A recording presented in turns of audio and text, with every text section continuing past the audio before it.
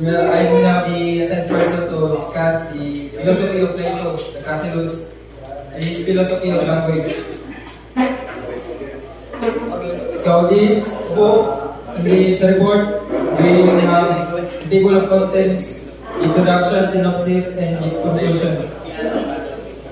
As an introduction, the book of Plato entitled Catullus is one of his only work that concerns his philosophy of language, the correctness of names. So this book is separated from the other works of Plato, especially in the Republic. This book is different. The dialogue the dialogue started when Catullus and Hermogenes was debating about the correctness of names. So indeed, the setting of this dialogue is that when Hermogenes and Catullus were debating about the correctness of names, and these are the characters of this dialogue.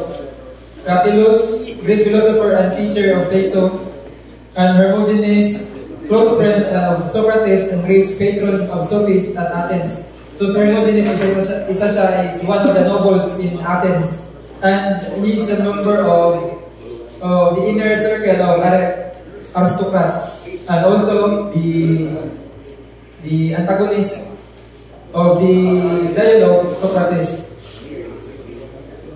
Now we have the two claims of the two parties, or two compelling theories that this dialogue concerns. First is the conventionalism. Conventionalism is a minimalist position that whether is agreed in the community to be the name to use for a thing is correct in that the community. So since this book concerns about the philosophy of language, this one theory is that the names is according to the convention of the member of the society. For example, is that dogs, for example, one of the examples of this is, para sa tuwa sa Bisaya is, ang dog is ero, then sa English is dog.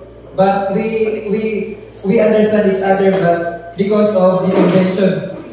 And the second claim, the naturalism, claims that each name names only whether it does by nature, no matter what the conventions in any community may be. So for this claim, the names have the natural correctness, or has a natural connection towards the thing that the name refers itself. In the second part of this book, of this report, we'll now have the synopsis.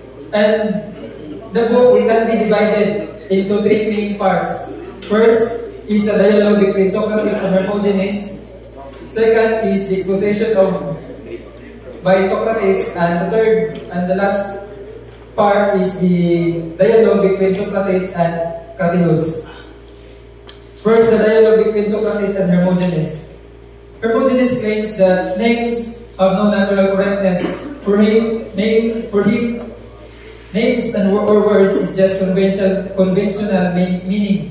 So he claims that the names or the names has no natural correctness. Meaning, this is the one that dibatihan nila ni Catullus, because he claims that there's no natural correctness of names, and we name the thing for what it is, or our true convention, or what is kanang sabot-sabot lang. Second, he gives the analogy that names are like one of his examples in the book is that he gives a analogy that names are like slaves whose masters can change their name at their own will. That language itself is not only conventional but also based on their will. So there's no natural correctness in the claim of Hermogenes. Okay, para sa iya, ginasabot-sabutan ang tanan. And it's like a master and slaves. And slave is considered, language is considered as, or kaning the analogy na as a slave. In addition, through dialogue, Socrates, as he tries to move Hermogenes, asks Hermogenes if he believes that there is truth and falsity. And Hermogenes affirms that there is truth and there is falsity in reality. In dialogue nila, na iyan na isdog he moves Hermogenes in his question that in reality, there are things that act as themselves and they are not. And kung nag-a-act sa ilahang, for example, nag-a-act sa ilahang nature o nag-a-act sa ilaha is tinatawag niya of truth, and wala nag-a-act sa ilang nature is i-consider niya nila na false. In this first part, it does not prove that names have natural correctness. It only shows that Hermogenes holds the opposite claim. So this first part, or the first major part of the dialogue, doesn't claim that Hermogenes there's natural correctness of names, but Socrates just falsifies the claim of Hermogenes that there is that names are just conventional. And the center part of the dialogue is the exposition of Socrates. In this intersection of the dialogue, Socrates gave long and numerous expositions of etymologies. So as we know, Socrates, in his way of dialogue, he gives many numerous examples and etymologies to attain his goal and to explain his belief and his and for him, words or names are not given so truthfully, for it becomes laughable. So wala na ako isa-isa ang mga etymology niya, but for example, ihatag na nato ang example as kaning sa etymology sa kaning sa Tagalog na bangko ay sa Silya. Dili na sa Silya sa Tagalog ba kung salungkwit sa salungkwit. Kung imo na lang gamito na etymologically or truthfully ang nature is kakawanan daw siya na for Socrates, natural name is imprecise. It is not din siya yung nga tinuod siya na morbida iyang pangalan. Kay kung imong tinudon jud or mo yung pinakatama is katawanan din daw siya. Kung imong subayod kung ang iyang natural na way or natural name. This part concluded that name is never the end or the answer, rather that it is the beginning of inquiry. The last part of the dialogue is the dialogue between Socrates and Cratylus. In this last section, Cratylus expresses his position that names have an expressed natural rightness and correctness. So Cratylus claims that names has a natural correctness and rightness.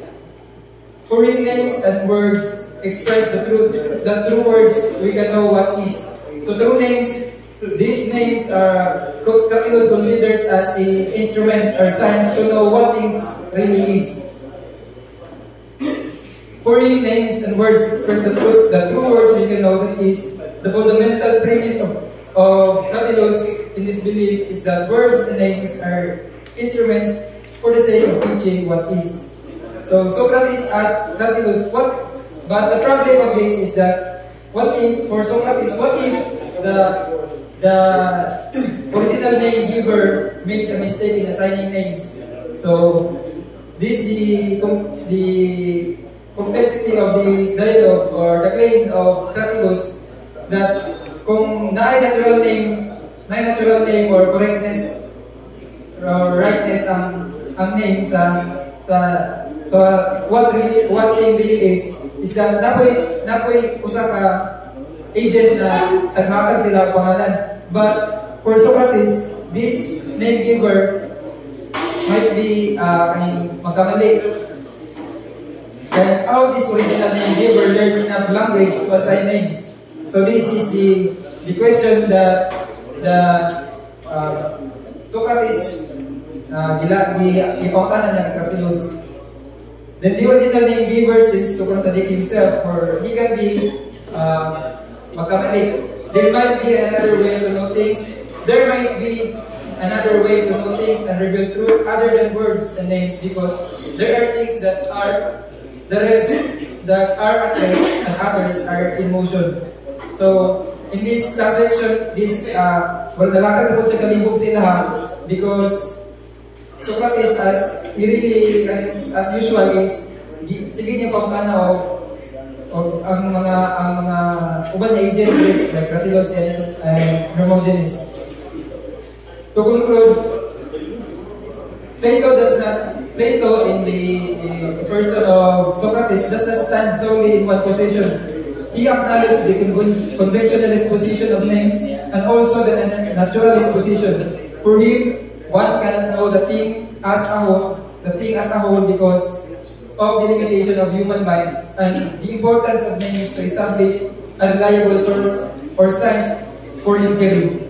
To understand reality para sa iya, and the conclusion of this book, one must not rely on words and names. Rather, he needs to go beyond the name to know what the underlying reality they desire. So to know that if the thing itself or the essence, one must go beyond to the names given, the words or the language given to what the thing really is.